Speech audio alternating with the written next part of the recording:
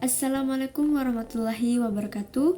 Perkenalkan, nama saya Nurul Mafirani dengan NIM 201201720.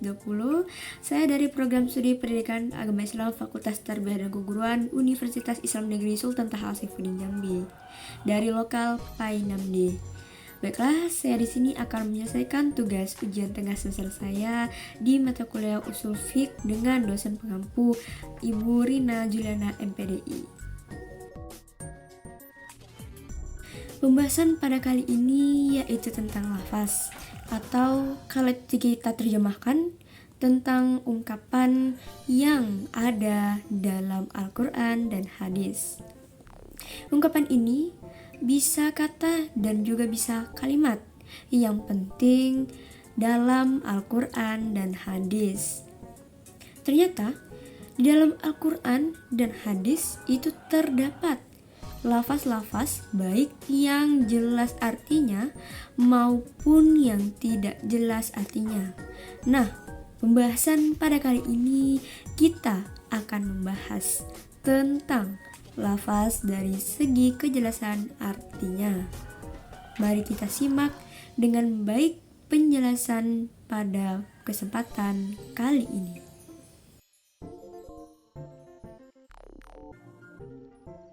Apa sih pengertian lafaz dari segi kejelasan artinya? Secara garis besar, lafaz dari segi kejelasan artinya terbagi kepada dua macam.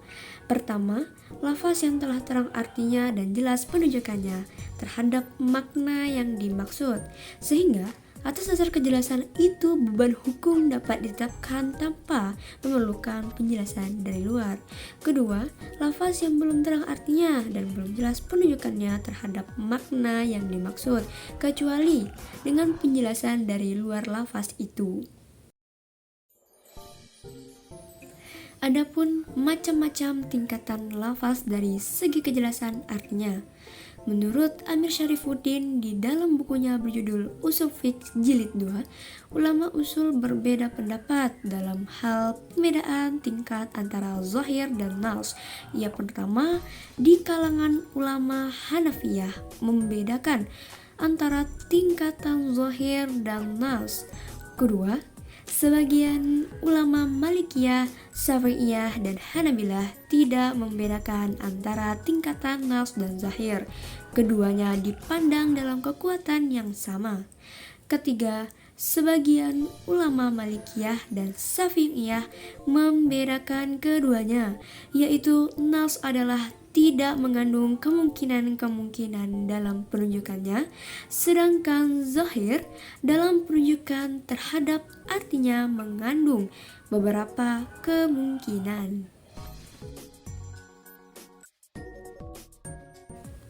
Bertolak dari adanya perbedaan pendapat antara nas dan zahir tersebut, adapun keempat tingkatan lafaz dari segi kejelasan artinya, yaitu pertama ada zahir, kedua nas ketika ada mufassar, dan keempat ada muhkam.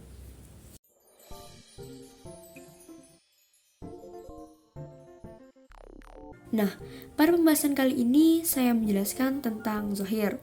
Pengertian zahir menurut Al-Bazawi, zahir merupakan istilah yang digunakan untuk menunjukkan kata yang sudah jelas maksudnya bagi orang yang mendengarkannya melalui bentuk kata itu sendiri. Menurut Ibnu Sukhi, zahir adalah lafaz yang menunjukkan suatu pengertian yang hanya sampai pada tingkat zani. Istilah zani di sini mengandung makna bahwa sekalipun makna lafaz zahir itu dapat dipahami dengan cepat dan mudah, tetapi tidak menutup kemungkinan ada makna lain selain makna yang dipahami melalui mendengarkan. Sedangkan menurut Al-Midi, zahir adalah apa yang menunjuk kepada makna yang dimaksud berdasarkan apa yang digunakan oleh bahasa. Menurut asal maksudnya, menurut awal bahasa itu ada awalnya, di mana dan biasanya, serta ada kemungkinan dapat dipahami dari lafaz itu. Adanya maksud lain dengan kemungkinan yang lemah. Maksudnya zahir itu jelas artinya, tapi ada kemungkinan lain sedikit sangat lemah. Adapun contoh Allah menghalalkan jual beli dan mengharamkan riba pada surah Al-Baqarah ayat 275. Wa ahallallahul bai'a wa harramar riba. Artinya Allah menghalalkan jual beli dan mengharamkan riba. Nah, dalam ayat ini mengandung pengertian bahwa jual beli hukumnya halal dan riba hukumnya haram. Karena makna inilah yang lebih mudah dan cepat ditangkap oleh akal seseorang. Karena secara zahir mengatakan begitu, Allah menghalalkan jual beli dan mengharamkan riba. Tapi dari latar belakang turunnya ayat, maksudnya untuk membantah anggapan orang munafik yang mengatakan riba itu sama hukumnya dengan jual beli. Jadi aslinya ayat ini tuh turun karena orang munafik itu menyamakan riba dan jual beli.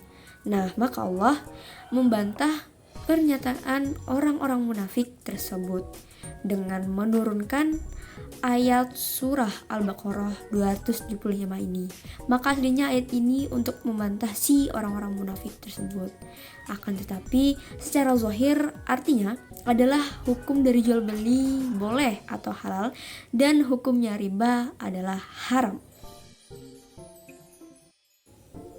Nah, berakhirlah pembahasan kita pada kali ini mengenai tentang lafaz dari segi kejelasan artinya, dari pengertian dan macam-macam tingkatan lafaz dari segi kejelasan artinya. Dan saya juga sudah menjelaskan apa itu zahir. Kita cukupkan pembahasan pada kali ini dan saya ucapkan terima kasih. Wassalamualaikum warahmatullahi wabarakatuh.